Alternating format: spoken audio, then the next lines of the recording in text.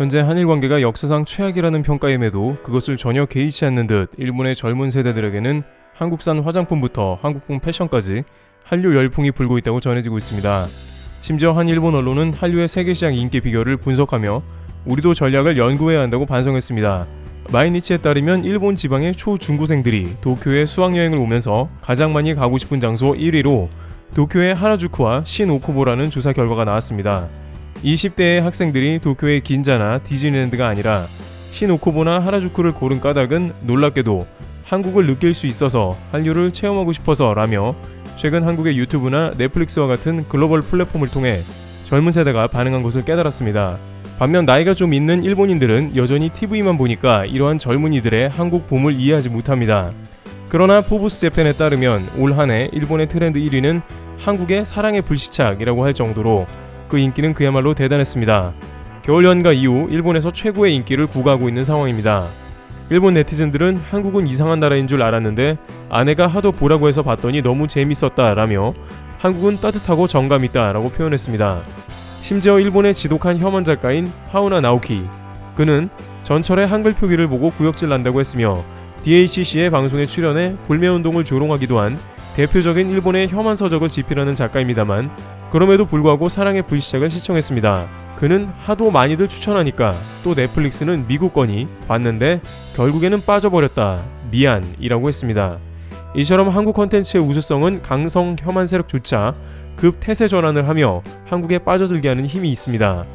이러한 것이 아무것도 아니지만 많은 전문가들은 소리 없이 활동하는 외교관으로 불리기도 하며 실제 겨울 연가의 배용준은 외교관 100명도 못한 한국에 대한 이미지 개선을 이뤘다고 평가받았습니다.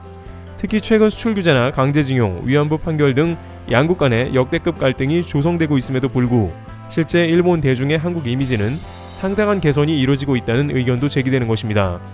이를 질투한 일본 우익 세력들은 한국이 넷플릭스를 매수했다는 근거 없는 소문을 퍼뜨리기도 했는데요. 한 네티즌은 한국 드라마가 싸니까 넷플릭스에서 추가하기 쉽다, 고급 컨텐츠가 오래간다 라면서 일본은 아마존 프라임이 우세하니까 넷플릭스 따위는 아무도 보는 사람이 없다고 자위했습니다.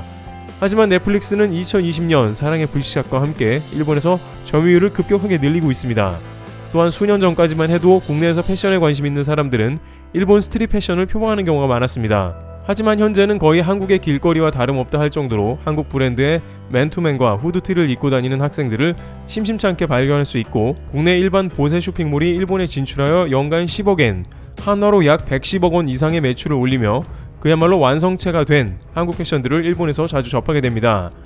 또한 일본 언론사에 따르면 예전에는 한국식 화장을 하얀 피부에서 직선형 눈썹과 붉은 입술로 생각했다면 지금은 한층 다양화된 한국의 화장을 따라하고 있다고 전했습니다. 한 일본 여대생은 한국의 스타일을 동경하는 이유는 새로운 세계이고 귀여우니까요 라고 말했으며 연예인만 좋아했던 이전과는 달리 화장품, 패션, 음식과 같은 물건의 소비를 동반하고 있습니다. 심지어 이러한 한류 붐이 일본에서 도저히 판매가 되지 않을 것 같은 제품까지도 판매가 된다는데요. 앞서 한류 붐이 일고 있는 제품들은 대부분이 한국의 패션을 따라할 뿐 한국의 전통 디자인이나 한국을 나타내는 문양이 들어가 있는 디자인은 아닙니다. 그런데 누가 봐도 한국 거라고 생긴 것 같은 브랜드조차 판매가 되고 있다는 것입니다. 가방에 달린 라벨을 보면 한국을 상징하는 태극기, 한반도, 심지어 광복의 해인 1945년까지 새겨져 있습니다. 사실 뜻을 모르면 한국의 국기가 들어갔네 라는 정도만 알고 한국적인 패션이다 라고 할 수 있지만 사실 이 가방의 뜻은 그렇지 않습니다. 해당 가방과 태그를 디자인한 라카이 코리아는 많은 이들이 한국을 위해 만들어진 것 같다 라고 할 정도로 한국의 역사를 세계에 알리고 그로 인해 한국인만 아는 메시지를 제품에 담고 있습니다. 자세히 보면 제품 하나하나의 모든 역사적 이야기를 풀어내고 있는 것입니다. 라카이 코리아에서 이 가방을 만들게 된 건 독립운동가 조화벽 지사와 관련되었습니다. 독립선언서를 가죽 가방 안에 숨겨 운반하며 만세운동을 주도했던 독립운동가 조화벽 지사. 그 이야기를 알게 되며 생각해내었고 라벨은 나라를 지키려고 온몸 희생한 수많은 독립운동가들의 수감번호가 적힌 천이 덧대어진 죄수복 사진밖에 없다는 것에 안타까워 가슴에 태극기를 달아주고 싶다는 의미로 두 가지를 결합해 고안해냈다고 합니다. 또한 수익금의 일부를 독립유공자협회에 후원하겠다고 뜻을 밝혔는데요. 이렇듯 디자인부터 의미까지 일제강점기 당시에 독립운동가분들의 이야기가 담긴 내용이기 때문에 일본이 난리 부르스를 추겠네 라고 생각했지만 오히려 자사 홈페이지에 일본 고객들의 수가 점점 더 늘어만 가는 기이한 현상이 벌어지고 있다고 합니다. 물론 그들이 뜻을 다 이해하고 구매하는지는 모르나 예쁜 한국적인 문양들이 가득한 라카이의 제품들에 한류의 열풍과 함께 매력을 느낀 것일 수 있습니다. 하지만 이외에도 이 기업의 해외 구매가 늘어가는 데는 또 다른 놀라운 이슈가 있다고 하는데요. 사실 이 기업은 작년 초만 해도 태극기가 훼손되어서 독도협회에 후원하는 운동화가 찢겨진 채 반품될 정도로 일본에게 굉장한 미움을 받던 브랜드였습니다. 심지어 저러한 이해할 수 없는 행동이 빈번해지고 심해지자 자사 홈페이지에 공지사항에 게재할 정도였죠. 광복절에 전 세계인들에게 우길기의 뜻을 전하며 우길기를 수거해서 소각하겠다는 프로젝트를 보였으며 소규모 기업과 과거의 역사를 인정하지 않는 일본인들의 보이지 않는 신경전은 치열했다고 합니다. 그리고 이러한 행보는 일본의 패션 시장이 아무래도 한국보단 큰데 패션을 하는 기업이 이래도 되는 거냐라는 우려 섞인 목소리도 많았다고 하는데요.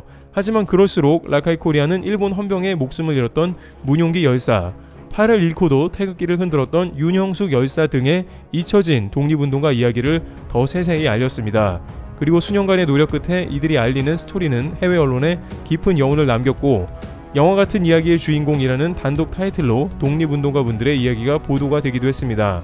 한국의 역사를 알리는 기업이 하나의 선한 영향력을 끼치도록 노력하겠다는 취지라고 전하고 있습니다.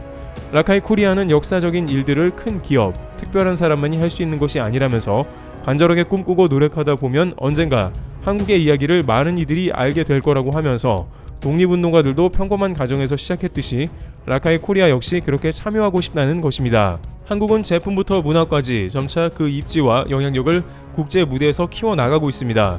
언젠가 우리의 왜곡된 역사 또는 우리가 뺏겨서는 안 될 모든 것들을 세계인에 각인시킬 수 있는 날이 왔으면 합니다. 트리블 튜브 여기서 마치겠습니다. 감사합니다.